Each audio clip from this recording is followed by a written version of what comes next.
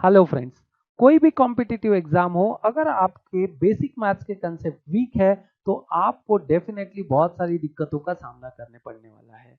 इसी पॉइंट को टारगेट करते हुए इन सेशंस में हम लोग बेसिक मैथमेटिक्स पढ़ने वाले हैं। बेसिक मैथमेटिक्स की हर एक कंसेप्ट को मैं डिटेल में एक्सप्लेन करने वाला हूँ और यहाँ पे आज के सेशन में पहला टॉपिक जो हम स्टार्ट करने वाले हैं वो रहेगा सर्ड्स एंड इंडाइसेस। दोस्तों, इसमें से बहुत सारे टॉपिक्स आपने 10th तक के लेवल में पढ़े होंगे, लेकिन जो कॉम्पिटिटिव एग्जाम होते हैं हम लोग गाइस सर के सेशन को थोड़ा सा यहाँ बहुत सारी कर देते हैं। सर थोड़ा रुक जाइए। गाइस, यहाँ पे जो कंटेंट हम आपको डिलीवर कर रहे हैं वो क्वालिटी ऑफ कंटेंट होते हैं और ये कंटेंट अगर आपको कंटिन्यूअसली चाहिए, आपको नोटिफिकेशन मिलना चाहिए तो चैनल को सब्सक्राइब कीजिए और बेल आइकन को जरूर प्रेस कर दीजिए। और हर एक लेक्चर जैसे कि मैंने कहा क्वालिटी कंटेंट का होने वाला है। अगर उससे आपको आपका बेनिफिट होने वाला है सो डेफिनेटली लाइक तो हक से बनता है, लाइक तो ठोकना ही चाहिए। सो गाइस, बिल्कुल ध्यान रखिए, चैनल को शेयर कीजिए, सब्सक्राइब कीजिए और साथ ही साथ हर लेक्चर को लाइक करना ना भूलें। सर कंटिन्यू कीजिए। कॉन्सेप्ट या तो हम भूल गए होते हैं या तो प्रैक्टिस ना होने की वजह से हम लोग उनको आसानी के साथ रिकॉल नहीं कर पाते। सो यही पॉइंट को हम लोग ध्यान में रखेंगे, हर एक कंसेप्ट को डिटेल में पढ़ेंगे, अलग अलग रूल्स एंड लॉस तो मैं पढ़ाऊंगा ही साथ हम लोग बहुत सारे न्यूमेरिकल्स यहाँ पे सॉल्व करने वाले हैं। तो बढ़ते हैं दोस्तों आज के टॉपिक की तरफ। The name is surds and indices.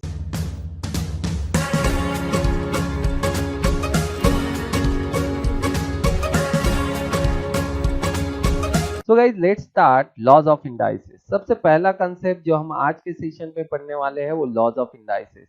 Laws of indices के बाद लॉज ऑफ सर्ड्स पढ़ेंगे और उसके बाद हम लोग कॉमन न्यूमेरिकल सॉल्व करने वाले हैं। जितने भी बेसिक कंसेप्ट है इसके रिलेटेड सभी में यहाँ पे रिवाइज करवाने वाला हूँ। सो सबसे पहला अगर हम जनरल लॉ की बात करें, अगर मान लो मैं ऐसे लिखता हूँ a raise to m a raise to n a raise to p। यहाँ पे आपको क्या दिखाई दे रहा है? यहाँ पे दोस्तों ये बेस अगर आप देखो तो ये कैसा है, यहाँ पे कॉमन है सब जगह पे। यहाँ पे a raise to m a raise to n a raise to p, base is common, base एक ही है। तो इस केस में व्हाट वी कैन डू, हम लोग सिंपली इनके पावर का क्या कर सकते हैं, एडिशन कर सकते हैं। This is possible. तो ये हो गया आपका पहला लॉ। एग्जाम्पल से अगर इसको समझे, अगर मान लो मैंने लिखा 2 रेज टू 3 और यहां लिखा 2 रेज टू 2। तो अगर आप देखो तो अगेन यहाँ पे क्या है, बेस सेम है। अगर बेस सेम है तो हम लोग इसको लिख सकते हैं 2 रेज टू 3 + 2। अगर हम लोग इसका टोटल करें तो भी आप देखेंगे कि ये टोटल बिल्कुल सेम आने वाला है। 2 रेज टू 3 कितना होता है दोस्तों, 8। 2 रेज टू 2 कितना होता है, 4। और यहाँ पे अगर देखें हम लोग तो ये हो जाएगा 2 रेज टू 5 और ये हो गया 32 and 2 raise to 5 is again 32। So आप ये चेक कर सकते हैं कि अगर बेस सेम हो सो पावर का क्या होने वाला है, एडिशन होने वाला है। सो this is the first law. अब जनरल कंसेप्ट की तरफ जाए तो ये भी आपको पता ही है दोस्तों कि a रेज टू 3 का मतलब ही क्या होता है, a का 3 बार मल्टीप्लीकेशन।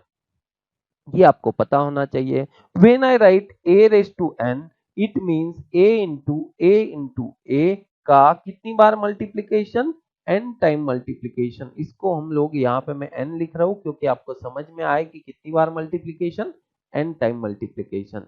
सो ऐसे बहुत सारे यहाँ पे छोटे छोटे रूल्स रहने वाले हैं। दूसरे रूल की तरफ हम आगे बढ़ते हैं। जैसे कि अगर मान लो a raise to m upon a raise to n में लिखता हूं तो इसकी क्या क्या इक्विवेलेंट फॉर्म हो सकते हैं। सभी के सभी फॉर्म्स हमें पता होने चाहिए, तभी जाके हम लोग मैथमेटिक्स के अलग अलग सम्स सॉल्व कर सकते हैं। So let's start. a raise to m upon a raise to n अगर है दोस्तों, अगर मान लो मैं लिखता हूं a raise to minus n तो इसी को हम लोग लिख सकते हैं a रेज टू n। ये आपको पता होना चाहिए, ये भी एक बेसिक रूल है। इसी को अगर मान लो मैं ऐसे लिखता हूं a रेज टू माइनस 1 और उसके ऊपर n, तो ये भी टर्म सेम होती है। इस केस में क्या होता है, इन दोनों का मल्टीप्लिकेशन होता है, मतलब ये टर्म क्या है, a raise to minus n। और always remember a raise to minus 1 को हम लिखते हैं 1 अपॉन a। तो यहाँ पे अगर मान लो कोई पावर इस तरीके से है, so same thing we can write like this. ठीक है, सो ये आप अलग से नोट कर ले। अब यहाँ पे अगर मान लो मैं इसको ऐसे लिखता हूं, देखिए a raise to m dot 1 upon a raise to n, तो इट वर्क्स। क्योंकि यहाँ पे आप देख सकते हैं कि अगर मान लो 2 अपॉन 3 है, same thing I can write 2 dot यानी 2 इंटू 1/3। इसी का मतलब क्या होता है 2/3। तो ये आप समझ सकते हैं। सो यहाँ पे कंसेप्ट इज सिंपल कि a raise to m dot, अब 1 यहाँ पे आप देख सकते हैं कि 1 upon a raise to n है, तो उसको हम किस तरीके से लिख सकते हैं a raise to minus n। So same thing here I write a raise to minus n। अब यहाँ पे मैं ऑलरेडी आपको बता चुका हूं कि अगर मान लो बेस सेम है तो ऊपर जो टर्म्स होती है उनका क्या होता है, यहाँ पे एडिशन होता है। तो चलो लिखते हैं इसको a raise to m plus minus n। दोस्तों इसी का मतलब क्या होता है, ये भी बेसिक रूल है, a raise to m minus n। So simply हम लोग इसको इस तरीके से लिख सकते हैं। सो ऐसे अलग अलग यहाँ पे क्या होते हैं, सिनारियोज होते हैं। अब इसी टर्म को हम लोग किसी दूसरे एंगल से देखते हैं। इसी को दूसरी तरीके से समझते हैं। अगर मान लो a raise to m upon a raise to n है, अब क्या क्या पॉसिबिलिटीज हो सकती है दोस्तों, तीन यहाँ पे पॉसिबिलिटीज हो सकती है। m का वैल्यू ग्रेटर देन हो n से, या फिर n का वैल्यू हो ग्रेटर देन m से, या फिर इन दोनों का वैल्यू कैसे हो, बराबर हो। अगर मान लो m is greater than n, so यहाँ पे एक एग्जांपल लेते हैं, जैसे a raise to 5 upon a raise to 3। तो आप यहाँ देख सकते हैं, अगर हम लोग इसको m एज्यूम करते हैं, इसको n एज्यूम करते हैं, तो m का वैल्यू कैसा है, ग्रेटर है। सो इसी को हम लोग कैसे लिख सकते हैं, a raise to 5 dot a raise to minus 3। अब सवाल ये उठता है a रेस टू माइनस 3 कैसे आया। दोस्तों पहले भी मैंने आपको बताया है, यहाँ पे मैं एक्सप्लेन करता हूँ। अगर मान लो a रेस टू 5 है और अपॉन a रेस टू 3 है, तो इसी का मतलब क्या होता है, a raise to 5 dot 1 upon a raise to 3। इसी का मतलब क्या होता है, a raise to 5 dot a raise to minus 3। ये ऑलरेडी हमने पहले कंसेप्ट देख लिया है कि 1 अपॉन a मतलब ये होता है a inverse. So same thing हम लोग इसको यहाँ पे लिख सकते हैं।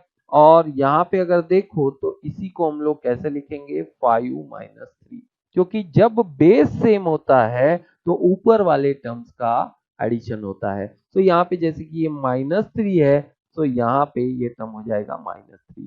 सो सिंपली यहाँ पे हम लोग ऐसे लिख सकते हैं a raise to m minus n। So ये हो गया आपका कंडीशन, जबकि क्या होगा, m ग्रेटर देन n होगा। अब हम लोग आगे बढ़ते हैं अगली कंडीशन के लिए, जो कि आपके सामने है n ग्रेटर देन m। तो इसको भी एक एग्जांपल से हम लोग देख लेते हैं। अब अगर मान लो ये 3 है और ये 5 है, ठीक से समझना, मतलब m की वैल्यू छोटी है और n की वैल्यू बड़ी है। तो क्या होने वाला है इस केस में, this will be like this, a raise to 3 minus 5।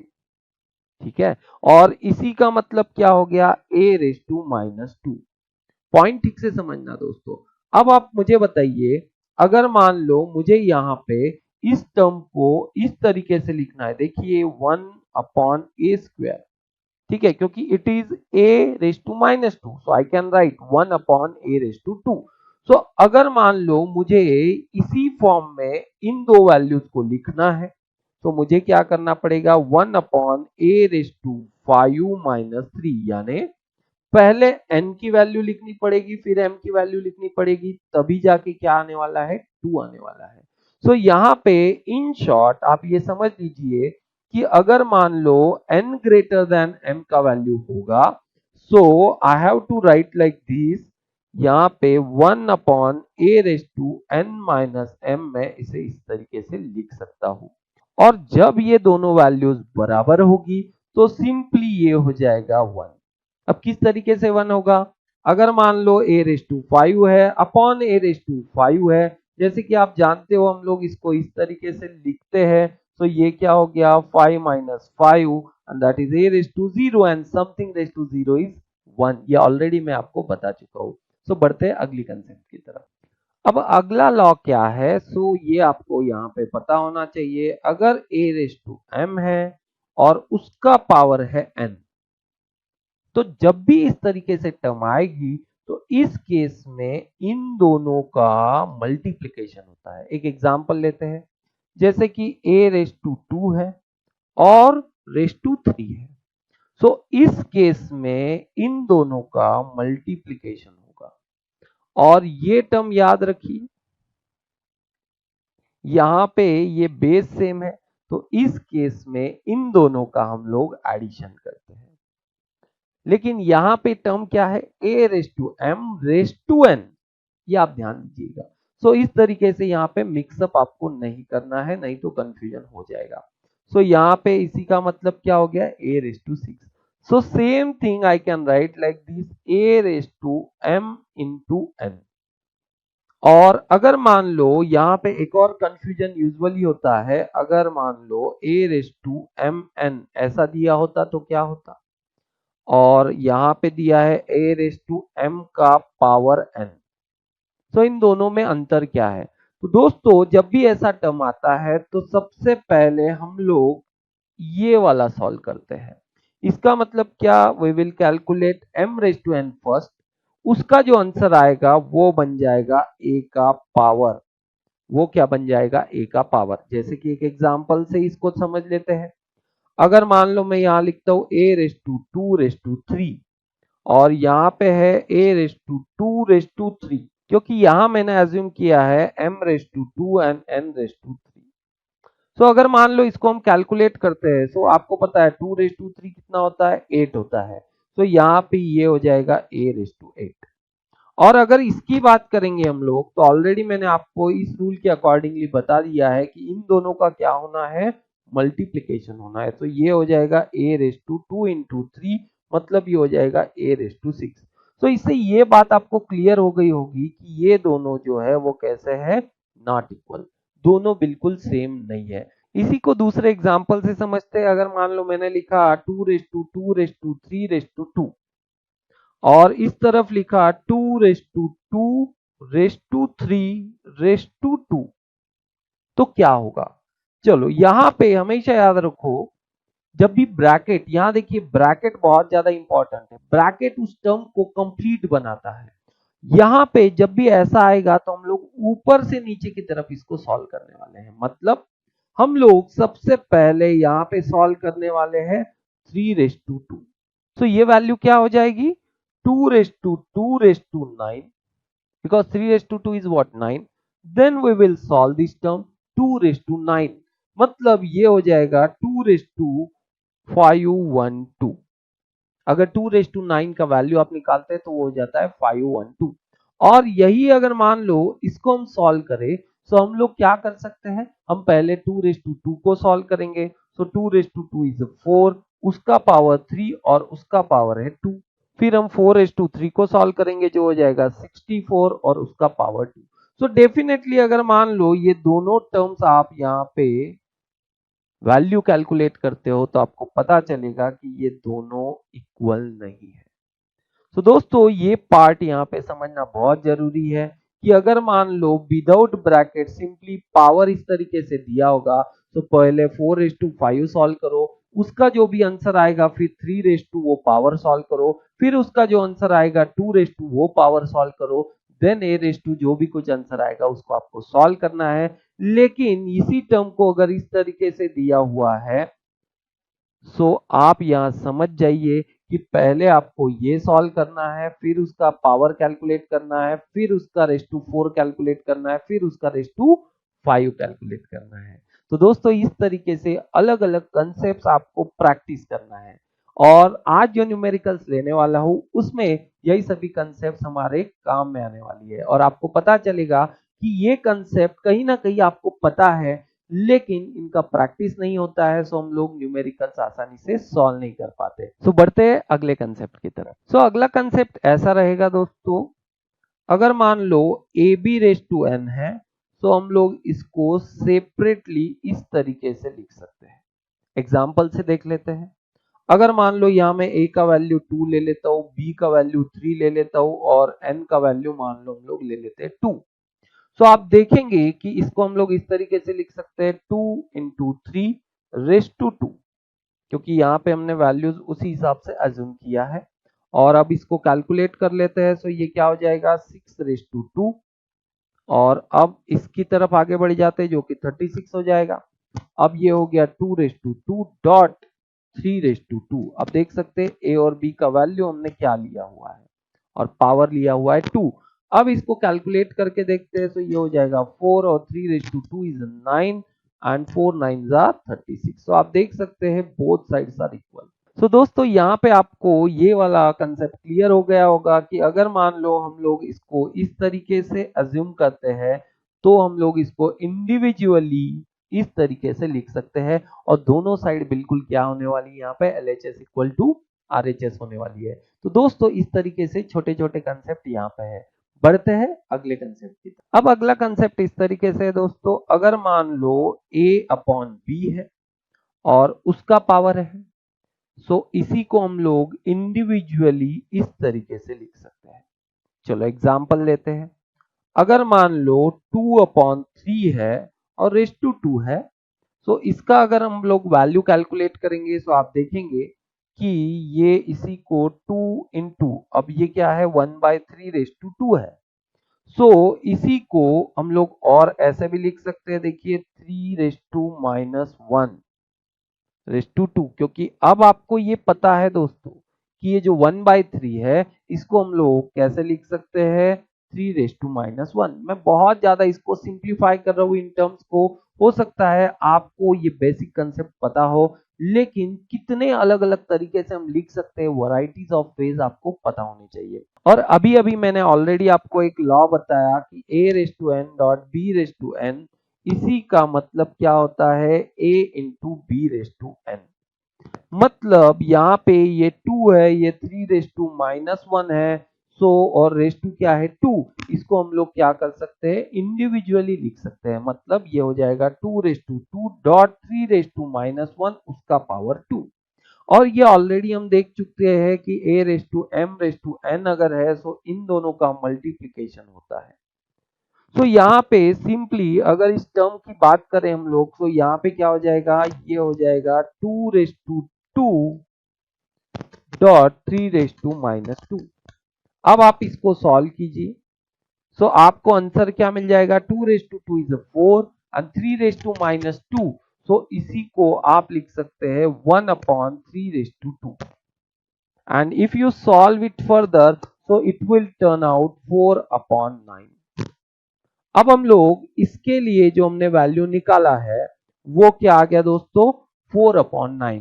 तो लेट्स चेक कि अगर मान लो इस टर्म में हम लिखते हैं तो क्या होता है।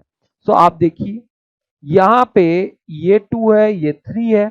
अब हम लिख लेते हैं 2 raise to 2 upon 3 raise to 2 and if we solve it तो ये फिर से क्या हो गया 4/9। मतलब अगर कोई टर्म हम लोग इस तरीके से रिप्रेजेंट करते हैं तो उसी को हम लोग इस तरीके से लिख सकते हैं। It is very important. So ये जो सिंप्लीफिकेशन है ये आपको आइडिया देता है, बेसिक आइडिया देता है कि किसी भी टर्म को हम कितने वैरायटी ऑफ वेज से लिख सकते हैं। एक और पॉइंट यहाँ पे आपको पता होना चाहिए कि whenever we write like this a upon b raise to n, और अभी मैंने बताया इसको हम लोग a raise to n b raise to n ऐसा लिख सकते हैं। तो यहाँ पे ख्याल रखिए b नॉट इक्वल टू 0, ये आपको यहाँ पे ध्यान देना है, बिकॉज समथिंग अपॉन 0 क्या होता है दोस्तों इंफिनिटी। सो यहाँ पे बस आप ये ध्यान दीजिएगा कि ये अगर लॉ हमें प्रूव करना है तो ये कंडीशन का भी हमें क्या रखना पड़ेगा, ख्याल रखना पड़ेगा। It is very very important. तो दोस्तों बढ़ते हैं अगले कंसेप्ट की तरफ। अब अगर मान लो हमने ऐसा लिखा a raise to m upon n, अब इसको कितने अलग अलग तरीके से लिख सकते हैं, इसको आप लॉस रीड कीजिए या फिर अभी जो मैंने लॉस बताया उन्हीं की हेल्प से मैं इसको अलग अलग तरीके से लिखने वाला हूँ। जैसे कि हम लोग m अपॉन n का मतलब आपको पता ही है, इसी का मतलब क्या है m डॉट 1 अपॉन n, इसी को हम लिख सकते हैं m dot n minus 1 n raise to minus 1। So simply इसी को हम लोग ऐसा भी लिख सकते हैं, ठीक है। या फिर हम इसी को इस तरीके से भी लिख सकते हैं। आप देखिए ये हो गया उसके पावर में। दोस्तों बढ़ते हैं अगले कंसेप्ट की तरफ। दोस्तों यहाँ पे कंसेप्ट छोटी छोटी है बट बड़ी काम की कंसेप्ट है।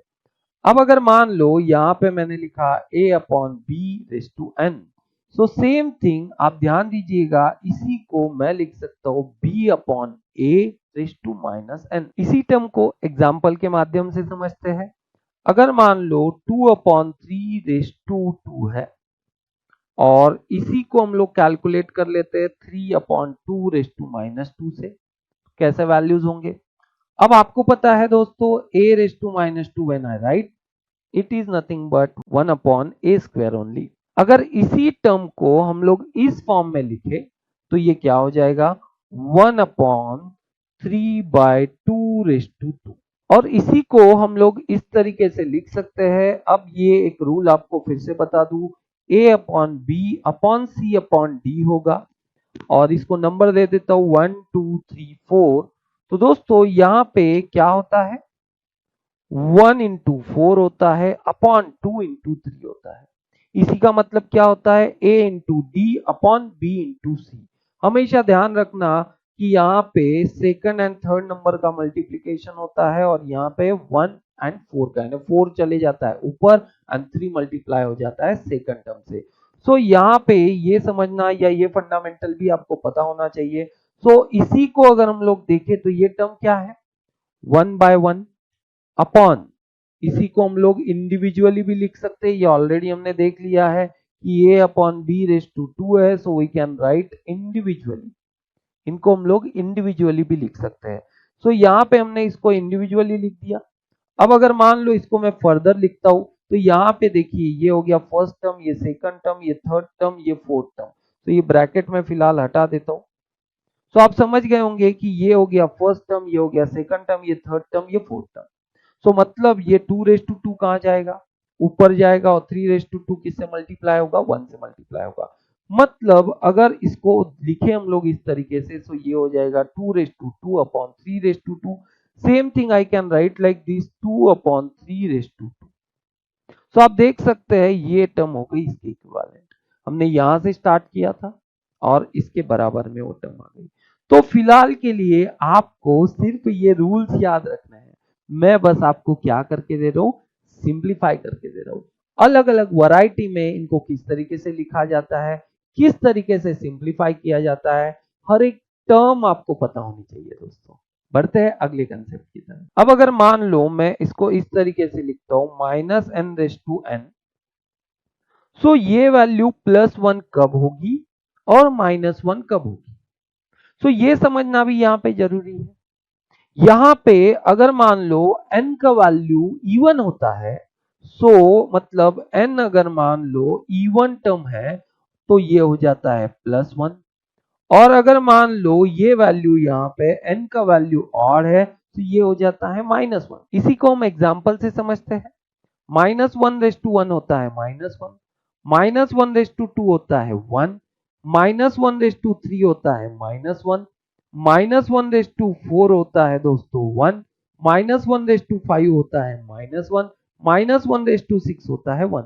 तो यहाँ आप देख सकते हैं कि जो भी ऑड टर्म्स है, यहाँ पे देख सकते हैं आप, इन ऑड टर्म्स के लिए माइनस 1 माइनस 1 माइनस 1 है।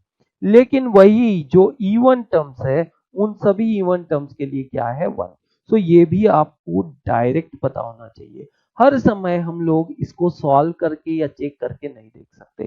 सो ये डायरेक्टली आपका एनालिसिस होना चाहिए कि अंदर अगर कोई माइनस साइन वाला टर्म है तो उसका जो पावर है वो ऑड और इवन होगा तो उसके हिसाब से उसका क्या होता है साइन चेंज होता है। दोस्तों अब अगले कंसेप्ट की तरफ बढ़ रहे हैं जो कि लॉज ऑफ सर्ड्स हम देखने वाले हैं। लॉज ऑफ इंडाइसेस हमने देख लिया, अब हम लोग आगे बढ़ रहे हैं लॉज ऑफ सर्ड्स की तरफ। सो दोस्तों बढ़ते आगे लॉज ऑफ सर्ड्स की तरफ। पहला कंसेप्ट जो हम यहाँ पे देखेंगे nth रूट ऑफ a, इसको कितने अलग अलग तरीके से हम लिख पाते हैं ये हम देखते हैं। दोस्तों एग्जाम्पल से हम इसको समझते हैं। अगर मान लो मैं यहाँ पे ऐसे लिखता हूं तो इसको पढ़ते कैसे हैं, इसको पढ़ते हैं थर्ड रूट ऑफ 4 और क्यूब रूट ऑफ 4। सो इसी का मतलब क्या होता है 4⁻⁴ या सिंपली आप इसको ऐसा लिखिए 4⁻⁴। When I write like this 4th root of 4, तो इसका मतलब होता है 4:1/4। When I write like this 5th root of 4, इसी का मतलब होता है 4:1/5। And when you write only 4, it means यहाँ पे बाय डिफॉल्ट क्या है, 2 है, और इसका मतलब होता है 4:1/2। सो यहाँ पे इसको क्या पढ़ेंगे हम लोग, nth रूट ऑफ a, और इसको लिखेंगे कैसे, a⁻1/n। It is very important. अब इसी को हम लोग ऐसे भी लिख सकते हैं, ये बहुत ज्यादा यहाँ पे इंपॉर्टेंट है, बिकॉज आपको पता है कि 1/n is nothing but n-1, यानी n⁻1। सो ये ऑल टर्म्स यहाँ पे अगर आप ऑब्जर्व करो, सो ये सभी के सभी टर्म्स कैसे है, यहाँ पे इक्वल है। सो इन्हीं टर्म्स के अलग अलग लॉजिक हमें पता होने चाहिए। जैसे अगर मान लो मैं यहाँ लिखता हूँ √4, सो √4 का मतलब ही अब आपको पता है 4:1/2। अगर मान लो मुझे 4:1/2 का वैल्यू निकालना है कि किस टर्म में हम लोग इसको रिप्रेजेंट कर सकते हैं, या √4 का वैल्यू निकालना है, अगर मान लो मैं इसको x एज्यूम करता हूँ, बोथ साइड ऐसे में हम लोग क्या कर देंगे, इसको स्क्वायर कर देंगे। तो ये क्या हो जाएगा, 4 इक्वल टू एक्स स्क्वायर हो जाएगा, देयरफॉर x का वैल्यू क्या आ जाएगा दोस्तों, 2 आ जाएगा। तो ऐसे अलग अलग तरीके से आपको इनका क्या आना चाहिए, सिंप्लीफिकेशन आना चाहिए। नेक्स्ट लॉ की तरफ आगे बढ़ते। अब सेकंड लॉ इस तरीके से हम लोग लिख सकते हैं, nth root of a into B अगर है तो आप इसे सेपरेटली इस तरीके से लिख सकते हो, nth root of a into nth root of b। इसी को और अलग तरीके से कैसे लिख सकते हैं हम लोग, a⁻1/n इंटू b⁻1/n। ये आपको ऑलरेडी पता है, ब्रैकेट नहीं लिखा तो भी चलेगा। इसी को हम और कैसे लिख सकते हैं, ये आपको पता है कि a इंटू b⁻, अगर मान लो यहाँ पे n है तो हम लोग a⁻n b⁻n सेपरेटली लिख सकते हैं। तो जैसे कि आप यहाँ पे देख सकते हैं, यहाँ पे 1/n है, so same thing we can write like this. यहाँ पे हम लोग ऐसे लिख सकते हैं a into b⁻1/n। So these all terms are equivalent. Example से भी आप लोग इसको अगर वैल्यू कैलकुलेट करोगे, जैसे अगर मान लो मैं यहाँ लिखता हूँ 3/√3 और यहाँ ले लेता हूँ 2 इंटू 3। अगर हम लोग इसको कैलकुलेट करें ऐसे फॉर्म से या फिर ऐसे फॉर्म से या ऐसे फॉर्म से, ऑल विल बी इक्वल।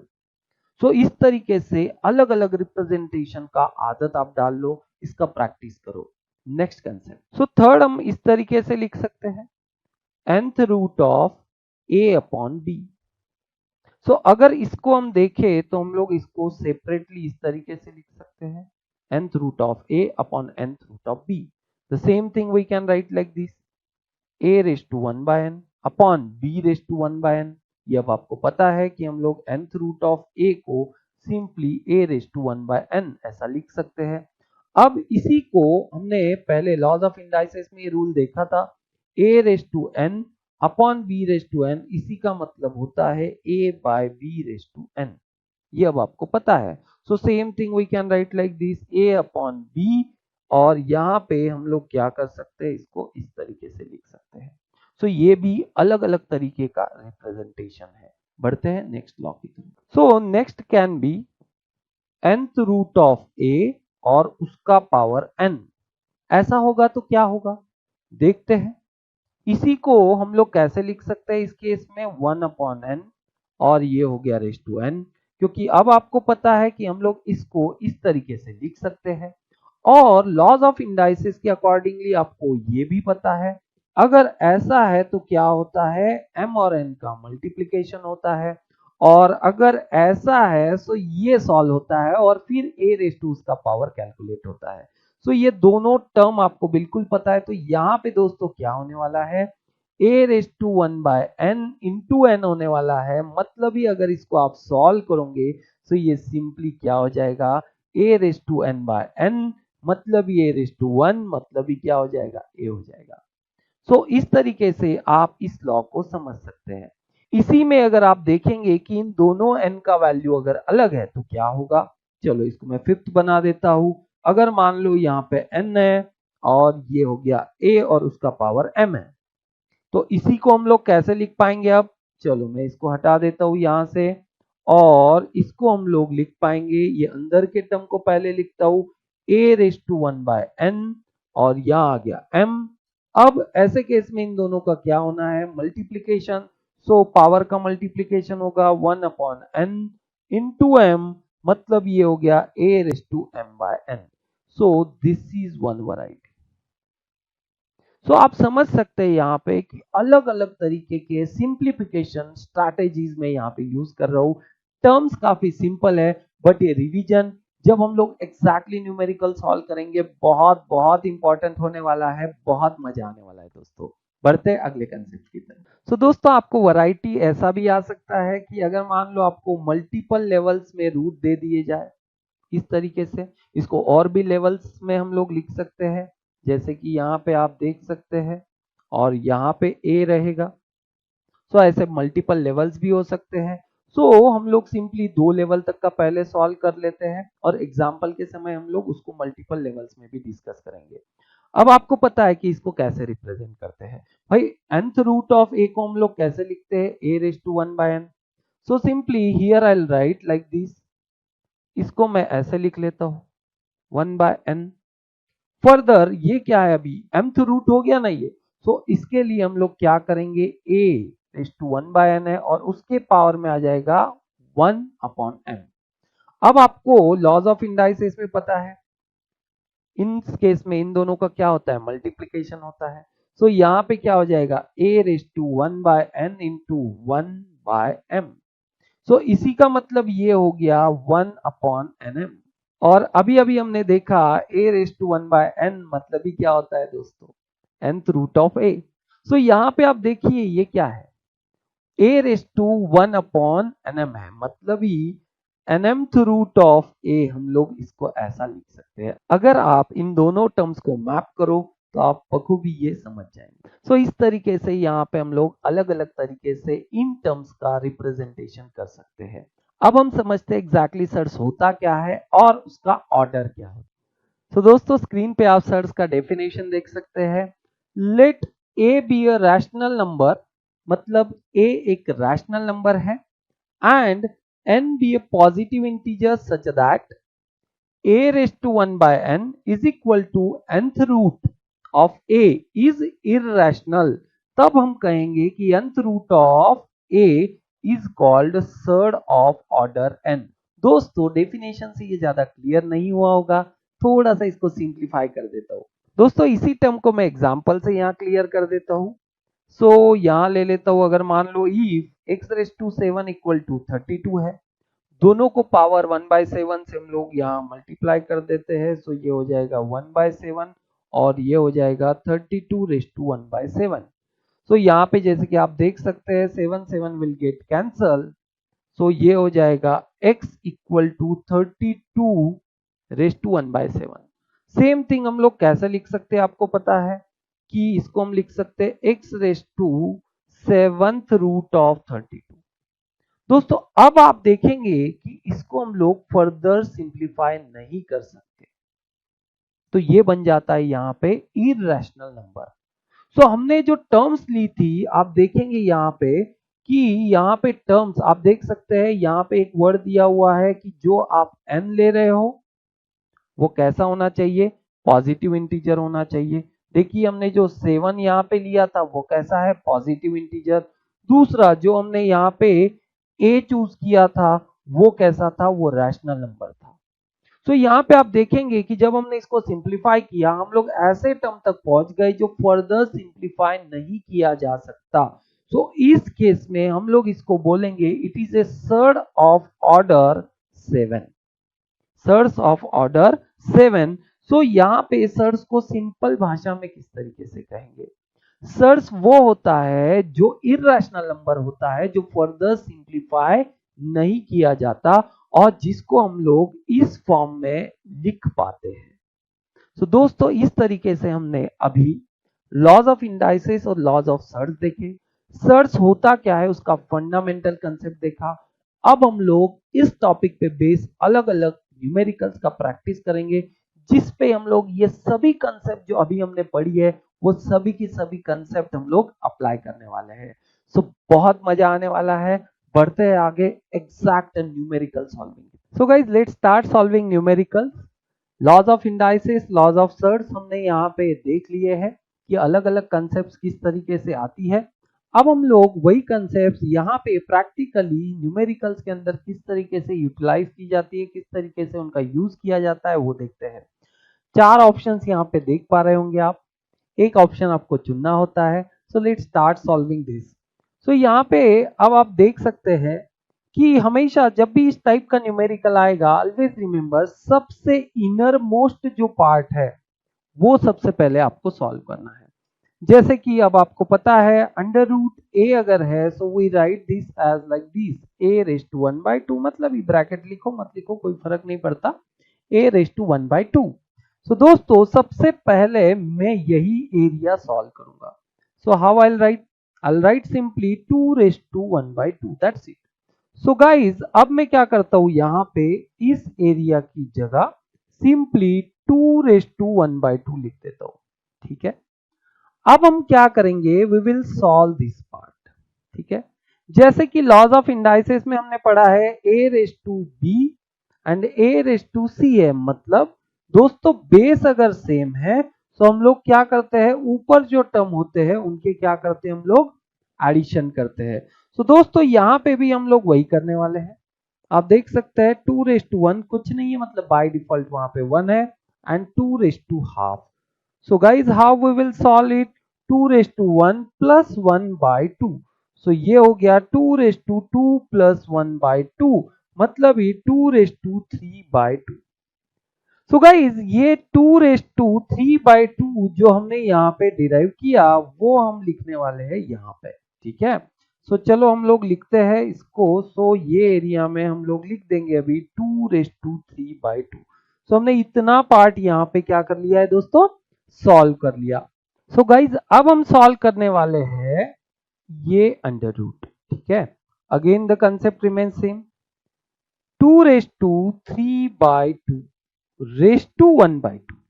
ठीक है, अब आपको अगेन लॉज ऑफ इंडाइसिस ये पता है, अब आपको a raise to m raise to n, how we write it, a raise to m into n। इन दोनों का क्या होता है दोस्तों, मल्टीप्लीकेशन होता है। सो अगेन सेम थिंग, यहाँ पे वही होना है 2 रेज टू 3/2 इंटू 1/2।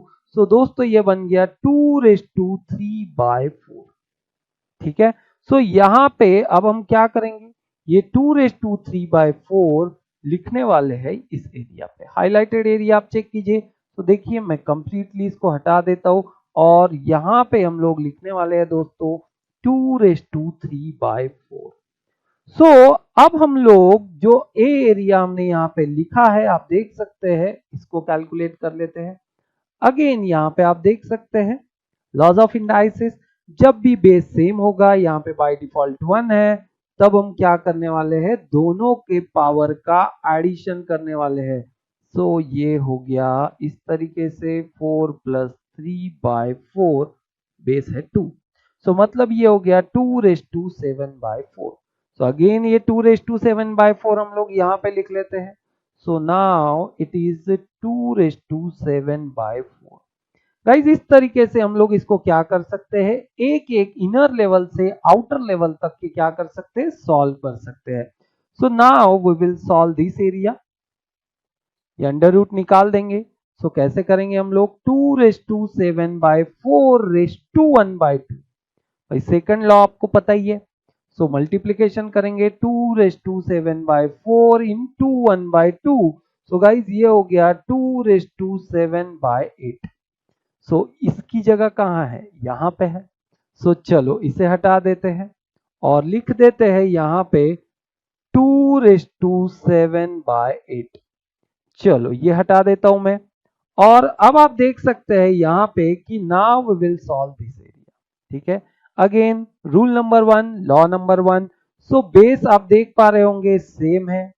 सो जब बेस सेम होता है तो दोस्तों हम लोग एडिशन करते हैं, ये हो गया 7/8। सो इसको हम आगे लिख सकते हैं 2 raise to 8 plus 7/8 and finally when we solve it, ये हो गया दोस्तों 2^15/8। अब हमें क्या करना है, ये वाला हिस्सा यहाँ पे जाके पुट कर देना है, दैट्स इट। एंड फाइनली मैं इसे हटा देता हूँ एंड हियर आई राइट 2^15/8। चलो फर्दर अब हमें इसको सॉल्व करना है और अब हमें ये हाईलाइटेड एरिया आप देख लीजिए, ये कंप्लीटली सॉल्व करना है while keeping this 2 as it is. ठीक है, चलो इसको सॉल्व करते हैं। So 2^15/8 raise to half. Again second law अब आपको पता है, इसी के अकॉर्डिंगली हमें इसे सॉल्व करना है। सो नाउ इट इज 2^15/8 इंटू 1/2। सो दोस्तों ये हो गया 2^15/16। सो अब ये 15/16 यहाँ पे जाके सिंपली क्या कर देना है, पुट कर देना है, लिख देना है हमें and we write it 2^15/16। Guys आप देख सकते हो कि अब अगेन हम लोग लॉ ऑफ इंडाइसेस का जो पहला वाला यहाँ पे हमने लिखा हुआ है लॉ, वही यूज करेंगे। जब बेस सेम होगा 2^1 2^15/16, सो क्या होना है, एडिशन होना है 1 + 15/16। So we write 2^16 + 15/16। So simply it is 2^31/16। Guys ये अब हम लोग लिख देंगे यहाँ पे और चलो हम लोग लिख देते हैं 2^31/16। 31/16। अब बस फाइनल स्टेप है। सो चलो फाइनल स्टेप को अब हम लोग कंप्लीट कर लेते हैं। So this will become 2^31/16 raise to half. Again second number का लॉ आप देख सकते हैं। So now it is 2^31/16 into 1/2। Guys ये हो गया 2^31/32। आप चेक कर सकते हैं answer number B. So hence हम लोग इसको आसानी के साथ सॉल्व कर सकते हैं। सो यहाँ आपने देखा होगा लॉज ऑफ इंडाइसिस का कैसा हमको यहाँ पे यूज हुआ है। गाइज बढ़ते हैं अगले न्यूमेरिकल। सो गाइज अगला न्यूमेरिकल आप स्क्रीन पे देख सकते हैं। चलो लेट्स सॉल्व इट। यहाँ पे हमें दिया है 5^x + 3 इक्वल टू 25 3x - 4। ठीक है, रेज़ टू 3x - 4 और चार ऑप्शंस अगेन हमारे सामने हैं। एक परफेक्ट ऑप्शन हमें यहाँ पे आइडेंटिफाई करना है। सो गाइज अगर हम लोग इन दोनों टर्म्स को कंपेयर करें, यहाँ पे मैं इस तरीके से लिख लेता हूं। अगर मुझे x का वैल्यू चाहिए तो हमारा फोकस इस टाइप के न्यूमेरिकल में होना चाहिए यहाँ पे। ठीक है, और इन दोनों को हम लोग सेम कंपेयर कब कर सकते हैं, जब यहाँ पे बेस सेम होंगे। सो यहाँ पे 5 है। अब 25 को 5 के टर्म्स में हम कैसे रिप्रेजेंट कर सकते हैं। सो 5 का स्क्वायर क्या होता है दोस्तों, 25। So here I can write 5^x + 3 is equal to 5^2 और यहाँ पावर में लिख सकता हूं मैं 3x - 4 जो कि एज इट इज है। सो इस 25 को मैंने लिख दिया 5^2। मोस्ट प्रोबेबली इस टाइप के न्यूमेरिकल्स में ऐसा ही होता है कि बेस जो है वो मैप करना पड़ता है। सो गाइज इसको फर्दर हम लोग सिंप्लीफाई कर लेते हैं। x + 3 इज इक्वल टू, यहाँ पे आप देख सकते हैं 5 और अब अगेन लॉ हमारा याद कीजिएगा, ऐसा होगा तो mn क्या होता है, मल्टीप्लाई करते हैं हम लोग, यानी a⁻m × n होता है। तो यहाँ पे भी क्या होने वाला है, ये 3x - 4 2 के साथ मल्टीप्लाई कर देंगे। सो लेट्स मल्टीप्लाई इट, ये हटा देता हूँ यहाँ से and this term will be like this 6x minus ये हो जाएगा 8। आप देख सकते हैं 2 3x - 4। So when we multiply ये हो जाएगा 6x - 8। गाइज अब क्या होना है, अब हम लोग यहाँ पे ऑब्जर्व कर सकते हैं कि क्लियरली ये बेस कैसा है, बिल्कुल सेम है। सो मतलब ये जो दो टर्म्स है ये यहाँ पे कंपैरेबल है। ये दो टर्म्स यहाँ पे कैसी कंपैरेबल है। चलो हम लोग इनको कंपेयर करके देख लेते हैं। x + 3 is equal to 6x - 8। So guys अब इसको सॉल्व कर लेते हैं। चलो मैं यहाँ से इसको सॉल्व करता हूँ। तो ये हो जाएगा गाइज, 3 को मैं उस तरफ ले जाता हूँ, x इक्वल टू 6x - 8 - 3। आप देख सकते हैं ये प्लस है, इस तरफ जाते वक्त तो माइनस हो जाएगा। सो ये टर्म हो गया 6x और ये हो गया -11। अब यहाँ पे, और ये किसके कंपैरिजन में कर रहे हैं हम लोग, x के कंपैरिजन में कर रहे हैं, लेकिन मुझे तो x का वैल्यू चाहिए। अब इस तरफ क्या है, 6x है, तो चलो 6x में इस तरफ ट्रांसफर कर लेता हूँ, ये हो गया x minus 6x equal to minus 11। Therefore ये हो गया minus 5x equal to minus 11। अब आप देख सकते हैं यहाँ पे minus minus get cancel, therefore x को 5 मल्टीप्लाइड है वो इस तरफ जाएगा तो डिवाइड हो जाएगा और x का वैल्यू आ गया 11/5। थोड़ा यहाँ पे आपके प्रैक्टिस के अकॉर्डिंगली थोड़ा सा सॉल्विंग का तरीका प्लस माइनस साइन आप थोड़ा इधर उधर कर सकते हो, लेकिन जब आप इसको सॉल्व करेंगे ये 11/5 ही आएगा और यहाँ पे number B is the correct answer.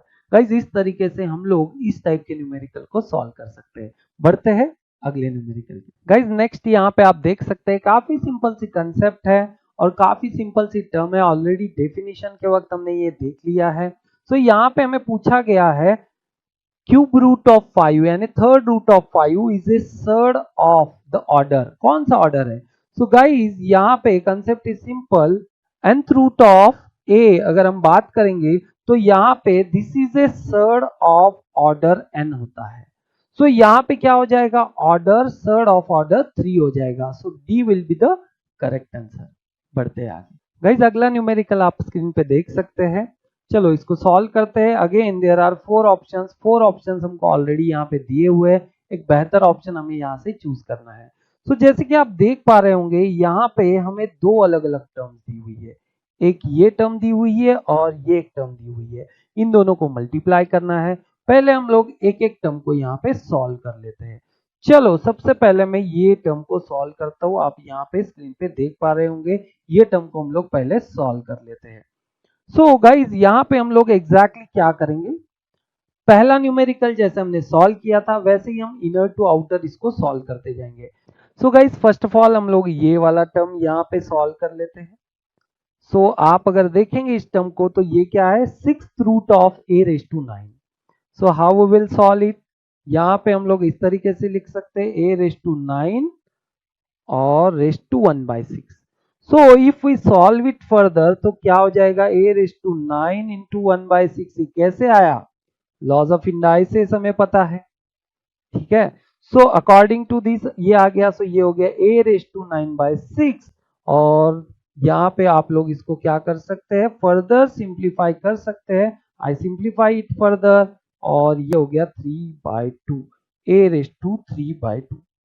अब हमें क्या करना है, ये a raised to 3/2 कहाँ पुट करना है, we have to put here. So simply मैं यहाँ पे a raised to 3/2 लिख देता हूँ। सो ये सब कुछ मैं यहाँ से हटा देता हूँ, a raised to 3/2 हमें यहाँ पे लिखना है और ये आ गया a raised to 3/2। चलो दोबारा इसको सॉल्व कर लेते हैं। अब हमें ये वाला पार्ट सॉल्व करना है। सो ये हो जाएगा a raised to 3/2 raised to 1/3। Third root आपको पता है 3 और यहाँ पे जो भी टर्म होगी so we write like this. So यहाँ पे a raised to 3/2 है और यहाँ पे a है। सो a की जगह a raised to 3/2 हमने यहाँ पे लिख दिया। दोस्तों अगेन लॉज ऑफ इंडाइसिस जो हमने साइड में लिखा है पावर का मल्टीप्लीकेशन हो जाएगा। सो a raised to 3/2 into 1/3, 3 get cancel, ये हो गया दोस्तों a raised to 1/2। So it means यहाँ पे और कुछ नहीं है, यहाँ पे है a raised to 1/2। So here I write a raised to 1/2। Guys again laws of indices. So यहाँ पे अगेन हम क्या करेंगे, a raised to 1/2 raised to 4 when we multiply it a raised to 1/2 into 4। सो आप देख सकते हैं ये हो जाएगा a स्क्वायर। सो यहाँ पे ये कंप्लीट अब हम लोग टर्म हटा देते हैं। इस टर्म को जब सिंप्लीफाई किया तो पता चला ये दोस्तों है ए स्क्वायर। गाइस बढ़ते हैं सेकंड टर्म की तरफ। अब सेकंड टर्म में भी हमें पहले ये वाला पार्ट सॉल्व कर लेना है। So let's solve it. So ये है 3 root of a raised to 9। So ये हम लोग इस तरीके से लिख सकते हैं। Now this you know very well, according to laws of indices इन दोनों का मल्टीप्लीकेशन हो जाएगा। सो ये हो जाएगा a raised to 9 into 1/3, 3 1 जा 3, 3 3 जा 9। सो ये हो गया a raised to 3। सो यहाँ पे और कुछ नहीं है, यहाँ पे क्या है a raised to 3 है। सो गाइज ये मैंने यहाँ पे लिख दिया a raised to 3। चलो बढ़ते हैं आगे। अब हमें क्या करना है गाइज, अब हमें ये वाला पार्ट सोल्व करना है। So it is nothing but what, a raise to 3 sixth root है, ध्यान दीजिए 1/6। So again laws of indices, इन दोनों का क्या करेंगे हम लोग, मल्टीप्लीकेशन करेंगे। So it is a raise to 3 into 1/6, 3 1 जा 1, 3 2 जा, ये हो गया दोस्तों a रेज टू 1/2। सो अब हम लोग यहाँ पे लिख लेते हैं a रेज टू 1/2, ये कंप्लीट यहां से हट गया a raise to 1/2। Let's solve this whole bracket now. So guys ये टर्म हो जाएगा a raise to 1/2 raise to 4, 2 1 जा 2 एंड 2 2 जा 2। लॉज ऑफ इंडाइसिस आपको पता है a raise to m n, इसको हम लोग सिंपली क्या करते हैं, मल्टीप्लाई करते हैं, and this is a square. So this bracket is nothing but what, a square. So finally a square dot a square is equal to होता है a रेज टू 4। आप यहाँ देख सकते हैं नंबर 1 यानी number A is the correct answer, answer is a raise to 4। तो बढ़ते हैं दोस्तों अगले न्यूमेरिकल की तरफ। सो गाइज अगला न्यूमेरिकल आपके सामने है, लेट्स सॉल्व इट। सो यहाँ पे आप देख सकते हैं lot of different terms are there. इनको सबसे पहले क्या कर लेना चाहिए, जब भी ऐसे टर्म्स हो, और खासकर इस न्यूमेरिकल में ऑब्जर्व कीजिए जो बेस है ऑलमोस्ट सब टर्म्स का क्या है, सेम है। सो जब बेस सेम होता है ना, पहले तो बेस से जो जो पॉसिबल है वो सभी कैलकुलेशंस कर लो। जैसे यहाँ पे अगर मान लो मैं इस टर्म को सॉल्व करूं, तो यहाँ पे देखिए 2 raise to n plus 4 as it is minus 2 raise to 1 है और 2 रेज टू n है। अगर यहाँ पावर नहीं है मतलब आप देख सकते हैं, मतलब ही क्या होती है, बाय डिफॉल्ट पावर वहां पे क्या है 1 है अपॉन, अब यहाँ पे भी क्या है 2 रेज टू 1 और क्या है 2 raise to n plus 3।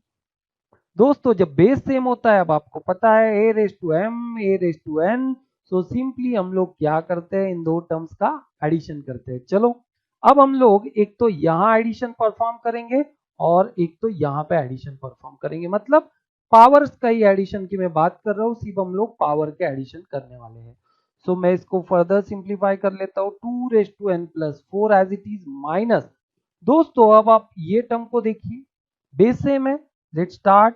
2 raise to ये हो जाएगा n प्लस 1, या तो आप 1 प्लस n लिखो, मतलब ये टर्म इस तरीके से है 2 रेज टू n। सो इसी को हम लोग इस तरीके से लिख सकते हैं, दैट इज n प्लस 1। सो बाकी टर्म्स n प्लस 1 के फॉर्मेट में, इसलिए हमने n प्लस 1 कर दिया अपॉन। चलो नेक्स्ट टर्म हम लोग उसके नीचे की टर्म लिख लेते हैं। नाउ यहाँ पे आप देख सकते हैं पावर में 2 raise to 1 plus n plus 3, तो ये हो जाएगा guys 2 raise to n plus 4। So मैं इसको लिख देता हूँ 2 raise to n plus 4। So ये मैंने यहाँ पे लिख दिया। Now what we have to do, अब यहाँ पे एक और पॉइंट ध्यान दीजिए दोस्तों, अगर a upon b upon c है, तो हम लोग इसको लिख सकते हैं a upon C minus B upon C, it is the same thing. So guys according to this हम लोग इसको इस तरीके से लिख सकते हैं 2 raise to n plus 4 upon 2 raise to n plus 4। ये मैंने क्यों किया अब आप समझ गए होंगे, ये कैंसिल होने वाला है दोस्तों, ठीक है। सो यहाँ पे कैंसिल होने वाला है minus 2 raise to n plus 1 upon 2 raise to n plus 4। So guys यहाँ पे अब अगर मान लो ये टर्म मैं यहाँ से हटा दूं, दोस्तों आपको पता है a बाय ए हटेगा और क्या आएगा उसकी जगह 1 आएगा, दोनों टर्म सेम है। सो ये टर्म्स यहाँ पे हट गई और यहाँ पे आ गया 1 minus 2 raise to n plus 1 upon 2 raise to n plus 4। Guys अभी भी ये प्रॉब्लम सॉल्व नहीं हुआ है, इसको हमको फर्दर सिंप्लीफाई कर। सो गाइज अब हम लोग क्या करने वाले हैं, 1 माइनस, अब आपको ये पता है a अपॉन बी 2 3 है। सो यहाँ पे हम लोग कैसे लिख सकते हैं, इसको इस तरीके से लिख सकते हैं, व्हाट आई मीन टू से इज, इसी का मतलब क्या होता है, इसको मैं और थोड़ा सा आपको याद दिला देता हूँ। इसी का मतलब होता है A square dot 1 upon B raise to 3, मतलब ही A square dot B raise to minus 3। हम लोग इस तरीके से इसको लिख सकते हैं। सो सेम मैं यहाँ पे क्या करने वाला हूँ, ये वाला जो टर्म है ऊपर ले जाऊंगा। और क्यों ले जा रहा हूँ दोस्तों, मुझे पता है इन दोनों के बेस देखिए सेम है। सो ऊपर के पावर की क्या हो सकती है, एडिशन हो सकती है। सो सिंपली मैं इन दोनों टर्म्स को क्या करता हूँ, ऊपर लेके आता हूँ। So 2 raise to n plus 1 जो था वैसे ये dot 2 raise to minus n plus 4 हो जाएगा दोस्तों, ठीक है। So now we will solve it further and this will be 1 minus 2 raised to n plus 1 minus n minus 4. Guys यहाँ पे देखिए ये टर्म क्या है, इस टर्म पे फोकस कीजिए, माइनस एन प्लस 4 है। सो माइनस एन अंदर बाहर माइनस है, सो अंदर क्या हो जाएगा, साइन चेंज हो जाएगा, माइनस 4 हो जाएगा। सो यहाँ पे इसको हम लोग सिंप्लीफाई करेंगे, सो पता चला एन एन निकल गया और 1 माइनस 4 क्या हो गया, माइनस 3 हो गया। सो चलिए हम लोग इसको सिंप्लीफाई करके लिख देते हैं, ये हो गया 1 माइनस 2 रेस्ट टू माइनस। सो अब हम लोग इसको और लिख सकते हैं सिंप्लीफाई करके, 1 माइनस 1 अपॉन 2 रेस्ट टू 3, मतलब ये 1 माइनस 1 बाय 8।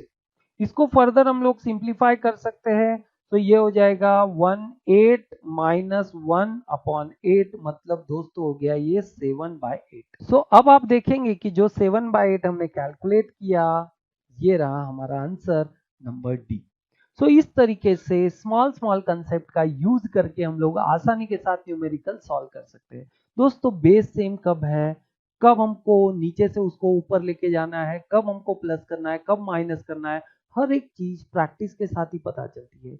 एक ही टाइप के जब हम लोग वैरायटी ऑफ न्यूमेरिकल सॉल्व करते हैं, डेफिनेटली इतना प्रैक्टिस हो जाता है कि न्यूमेरिकल देख के ही पता चल जाता है एग्जैक्टली हमें करना क्या है। दोस्तों बढ़ते हैं अगले प्रॉब्लम। सो गाइस स्क्रीन पे आप न्यूमेरिकल देख पा रहे होंगे, यहाँ पे हमें क्या करना है, which of the following is the greatest. So यहाँ पे ये न्यूमेरिकल का कैटेगरी काफी कॉमन कैटेगरी है। चलो इसको सॉल्व करते हैं। पहला एलिमेंट देखिए, आंसर की तरफ आप ध्यान दीजिए, पहला एलिमेंट है √2, इसको मैं कैसे लिख सकता हूं, 2 रेस्ट टू 1 बाय 2।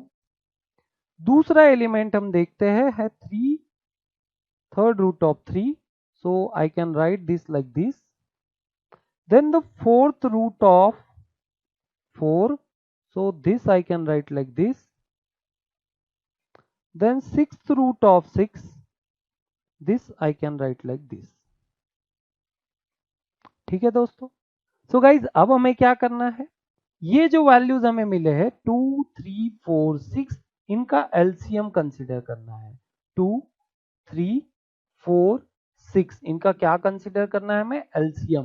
एलसीएम क्या होता है, ऐसा नंबर, ध्यान दीजिए, लीस्ट कॉमन मल्टीपल, ऐसा नंबर जो छोटा हो और ये सब नंबर उसको डिवाइड कर सके। फॉर एग्जाम्पल, और इनमें से भी वो नंबर हो सकता है, अगर मान लो मैं यहाँ पे 12 लेता हूँ, 12 ऐसा नंबर है जो इनके बराबर या इनसे बड़ा है। आप देखिए 2 12 को डिवाइड करता है, 3 12 को डिवाइड करता है, 4 12 को डिवाइड करता है, 6 12 को डिवाइड करता है। सो 12 ही ऐसा नंबर है जो इनसे थोड़ा बड़ा है, लीस्ट कॉमन मल्टीपल। यानी अगर 2 को हम लोग मल्टीपल्स में अगर करें, ध्यान दीजिएगा, सो डेफिनेटली क्या आने वाला है, 12 आने वाला है। सो एलसीएम निकालने के बहुत तरीके, मैं एक सिंपल सा डायरेक्ट वे आपको बता रहा था। सो इन शॉर्ट एलसीएम यहाँ पे दोस्तों क्या आ गया, 12 आ गया। चलो मैं यहाँ पे लिख लेता हूँ 2 3 4 6, इनका जो एलसीएम है दोस्तों वो आ गया है 12। ठीक है, अब हमें क्या करना है वो देखिए। नाउ व्हाट विल डू, अब हम लोग 2 रेस्ट टू 1 बाय 2 है, इसको मल्टीप्लाई करते हैं 6 बाय 6 से। 6 बाय 6 से मल्टीप्लाई करेंगे कोई फर्क नहीं पड़ता, बिकॉज क्या आता है 1।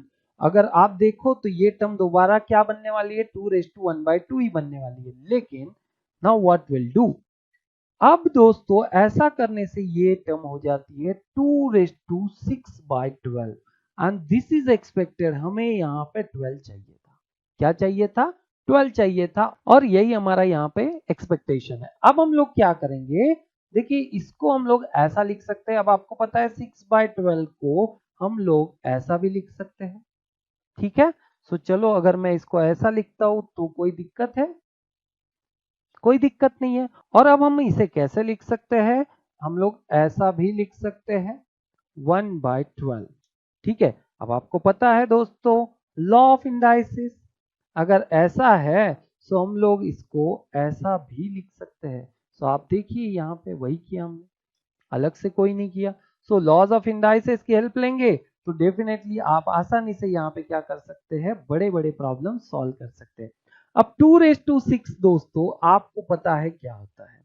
सो 2⁶ इज व्हाट, 64 रेस्ट टू 1/12 यानी 12th रूट ऑफ 64। दोस्तों 12th रूट ऑफ 64 है, ये क्या है, सॉरी मैंने 16 लिखा, इट इज 64। आप ध्यान दीजिएगा, ये हो गया 12th रूट ऑफ 64। सेम यही तरीके से हम लोग इन्हें भी सॉल्व करते हैं। सो 3 ये क्या है दोस्तों, 1/3। मैंने कहा हमें यहाँ पे एलसीएम 12 था, तो हमें नीचे क्या लाना है, 12। अगर मैं इसे ध्यान दीजिएगा 4/4 से मल्टीप्लाई करता हूं पावर को, तो मीनिंग तो कुछ चेंज नहीं होगा, लेकिन 12 आ जाएगा। देखिए 3⁴/12 हो गया। सेम अब हम लोग इसको लिख सकते हैं 3⁴.1/12। The same thing we can write 3⁴1/12। 3⁴ is 81 और ये हो गया 1/12, मतलब ये हो गया 12th रूट ऑफ 81। सिंपली हम इस तरीके से लिख सकते हैं। Again here we can solve like this 4⁴1/4। So multiply करेंगे 3/3 से, सो ये हो जाएगा दोस्तों 4⁵3/12। नीचे 12 आना चाहिए, that's it.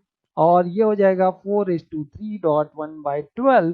Further we can simplify 4⁵3 अब 4⁵3 का मतलब आपको पता है, ये होता है दोस्तों 64 और ये हो गया 1/12। सो ये हो गया 12th root of 60। So guys ये टर्म हो जाएगा 6⁻1/6 है, इंटू 2/2 मुझे करना पड़ेगा। सो दिस विल बी 6⁻, आप समझ गए होंगे, ये हो जाएगा 2/12। 12 आ गया। सो यहाँ पे ये हम लोग इस तरीके से भी लिख सकते हैं, एंड यहाँ हो गया 1/12। so this is nothing but 36⁻1/12 which is equal to guys 36। so ये ऑलरेडी यहाँ पे सिंप्लीफाई हो गया है, 12th रूट ऑफ क्या आ जाएगा गाइज, 36। so आप देख सकते हैं ये है 12th root of 64, 12th root of 81, 12th root of 64, 12th root of 36। Clearly guys आप देख सकते हैं 12th root of 81 is the biggest number, और वो किसको रिप्रेजेंट करता है, थर्ड रूट ऑफ 3 यानी cubic root of 3। So guys सबसे बड़ा नंबर है option B, cube root of 3। So इस तरीके से हम लोग आसानी के साथ इस कैटेगरी को भी सॉल्व कर सकते हैं। बढ़ते हैं एक और कैटेगरी की तरफ। तो गाइस अगला न्यूमेरिकल आप स्क्रीन पे देख पा रहे होंगे, यहाँ पे है if 2⁴x equal to 4⁴y equal to 8⁻z। And यहाँ पे एक और कंपैरेटिव हमें यहाँ पे कुछ वैल्यूज दिए हुए हैं, कुछ एक्सप्रेशन दिया हुआ है, एंड हमें फाइंड करना है गाइस वैल्यू ऑफ z।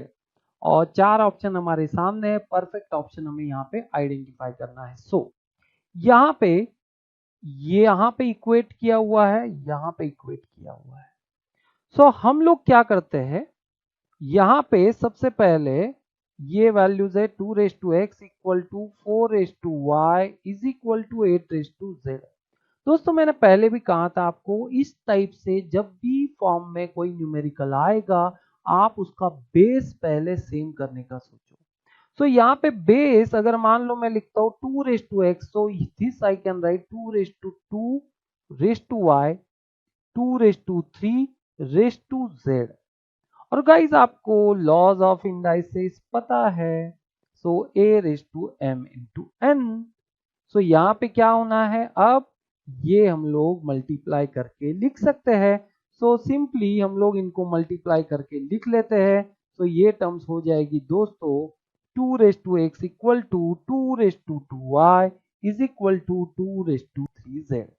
तो ये पार्ट आपको यहाँ पे समझ में आ गया होगा। इसी का मतलब अगर मान लो यहाँ पे आप देख लो, अब बेस बिल्कुल सेम है, तो ये जो ऊपर के टर्म्स है ये दोनों अब हम लोग आसानी के साथ इक्वेट कर सकते हैं। सो गाइज ये रहा हमारे सामने एक नया कंपैरेबल वैल्यूज, कंपैरेबल टर्म्स। अब हमें पता है x इक्वल टू क्या है, 2y which is equal to 3z। So let's start writing this 1/2x plus 1/4y plus 1/6z is equal to है 24/7। गाइस अब मुझे पता है x जो है वो क्या है 3z है, अब मुझे पता है, और मुझे z का वैल्यू चाहिए, तो ये सब वैल्यूज में क्या करने वाला हूँ, z में कन्वर्ट कर लेने वाला हूँ। सो सिंपली ध्यान दीजिएगा, यहाँ पे इसे मैं लिख लेता हूँ 1/2 into 3z, because this x is nothing but what 3z as per this equation. Then further plus 1/4, ठीक है। सो इसी को हम लोग इस तरीके से लिख सकते हैं, देखिए ये 4y है ना, so this we can write 2 into 2y, ठीक है। 2y is nothing but what 3z। So simply यहाँ पे इस 2y की जगह पे मैं लिख ले रहा हूँ 3z plus 1 upon this 6z as it is. So now it is 24/7. Now it is 1 upon 6z plus 1 upon 6z plus 1 upon 6z is equal to 24/7. And again यहाँ पे आप देख सकते हैं कि ये सबका बेस क्या है, सेम है। मैंने पहले भी आपको ये बताया हुआ है कि अगर मान लो 1 प्लस 1 प्लस 1/6z है, इनको हम लोग इस तरीके से अलग अलग लिख सकते हैं। अगर बेस क्या होगा यहाँ पे सेम होगा, सो हम लोग इस तरीके से लिख सकते हैं। So it is nothing but 3/6z which is 20 equal to 24/7। Again इसको आप सिंप्लीफाई कीजिए, चलो सिंप्लीफाई कर लेते हैं। So guys let's simplify it. हम लोग क्या कर सकते हैं, हम लोग इसका क्रॉस मल्टीप्लीकेशन कर सकते हैं एंड इस तरीके से लिख सकते हैं 21 is equal to 24 into 6z। This 24 will come this side, 21 upon 24 equal to क्या हो जाएगा 6z। और फर्दर हम लोग इसको सिंप्लीफाई कर सकते हैं, सो ये हो जाएगा 21/6 into 24 equal to z। So further simplify it, हम लोग इसको इस तरीके से सिंप्लीफाई कर सकते हैं, 6 इंटू 24 इक्वल टू z है। सो 3 7 जा 21 एंड यहाँ पे 3 2 जा 6, सो ये हो जाएगा therefore z is equal to 7/2 into 24 is 48। So answer is guys 7/48। चलो चेक कर लेते हैं। तो यहाँ पे अब आप देख सकते हैं आंसर इज 7/48।